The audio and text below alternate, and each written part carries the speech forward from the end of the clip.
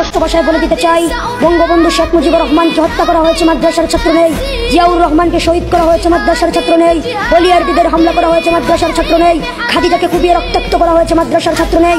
ঐশীর মতো কুলাঙ্গার মেয়ে যে নিজ বাবা মাকে কুপিয়েছে, সেখানেও মাদ্রাসার ছাত্র নেই। সাগর রুনিকে গলা কেটে হত্যা করেছে, মাদ্রাসার ছাত্র নেই। প্রেসিডেন্ট এরশাদের রহস্যময় মৃত্যুর পিছনেও মাদ্রাসার ছাত্র নেই। শুধু তাই নয়, আরো কিছু তথ্য বলে দিতে চাই। বাংলার বাঘ, পৃথিবীর সকল মুসলমানদের হৃদয়ের স্পন্দন, সাইদি সাহেবকে কারাগারে বদ্ধ করে মারার পিছনেও মাদ্রাসার ছাত্র নেই। সোনালী ব্যাংক চুরি হয়েছে, মাদ্রাসার ছাত্র নেই। হিজাব ব্যাংক ডাকাতি হয়েছে, মাদ্রাসার ছাত্র নেই। হল মাফ কেলেঙ্কারি হয়েছে, মাদ্রাসার ছাত্র নেই। শেয়ার বাজারে দুর্নীতি হয়েছে, মাদ্রাসার ছাত্র নেই।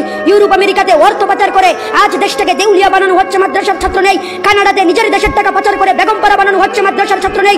শুধু তাই নয়, টেকনাফ থেকে তেতুলিয়া, রূপসা থেকে পাথুরিয়া, সুন্দরবন থেকে বান্দরবন, সারা বাংলাদেশকে চ্যালেঞ্জ করে বলতে পারবো, স্বাধীনতার ইতিহাস থেকে আজ পর্যন্ত, পৃথিবীর শুরু থেকে আজ পর্যন্ত যে কোন দেশে যত বড় বড় দুর্ঘটনা হয়েছে, কোন একটা দুর্ঘটনার সাথে মাদ্রাসার ছাত্ররা কিংবা কোন আলেম জড়িত আছে, ওই রকম প্রমাণ দ্বারা কেউ দিতে পারবে না।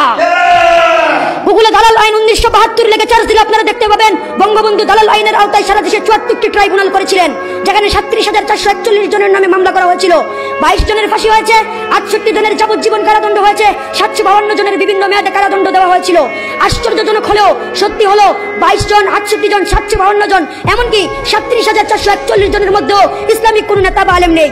এটাই হচ্ছে ঐতিহাসিক সত্য, হিস্টোরিক্যাল ফ্যাক্ট। যারা এগুলো আবিষ্কার করে তারা হয়তো মিথ্যা বলছে, যা মুনাফিকের প্রথম লক্ষণ, আর না হয় তারা ঐতিহাসিক সত্য, হিস্টোরিক্যাল ফ্যাক্ট জানে না। আসলে আমরা এগুলো করে লাভ কি? দুনিয়াতে চিরদিন থাকবো না, দুনিয়া চিরদিনের নয়। মৃত্যুর কতদিন পর মানুষের কি হবে? নাক পচতে শুরু করবে 3 দিন পর, নখ খসে যাবে 6 দিন পর, পেট ফেটে যাবে 10 দিন পর, চোখ গলে যাবে 17 দিন পর, হাড় থেকে মাংস খসে যাবে 60 দিন পর, হাড়গুলো পৃথক হয়ে যাবে 90 দিন পর, হাড়গুলো মাটির সাথে মিশে যাবে 60 বছর পর। সুতরাং আমি মনে করি, আলেম উলামাদেরকে এভাবে গালি দেওয়া, আলেম উলামাদেরকে দেখতে না পারা, নবীর ওয়ারিসদেরকে সমাজ থেকে বের করে দেওয়া, এটা কোনো মুসলমানদের বৈশিষ্ট্য নয়। আমরা যেন আলেম উলামাদেরকে শ্রদ্ধা করে, আলেম উলামাদেরকে সম্মান করে আমরা আমাদের জীবন যাপন করতে পারি। আল্লাহ রাব্বুল আলামিন যেন আমাদেরকে সেই তৌফিক দান করেন। সকলে বলে আমিন। ওয়া আখির দাওয়ানা আনিল হামদুলিল্লাহি রাব্বিল আলামিন। আসসালামু আলাইকুম ওয়া রাহমাতুল্লাহি ওয়া বারাকাতুহু।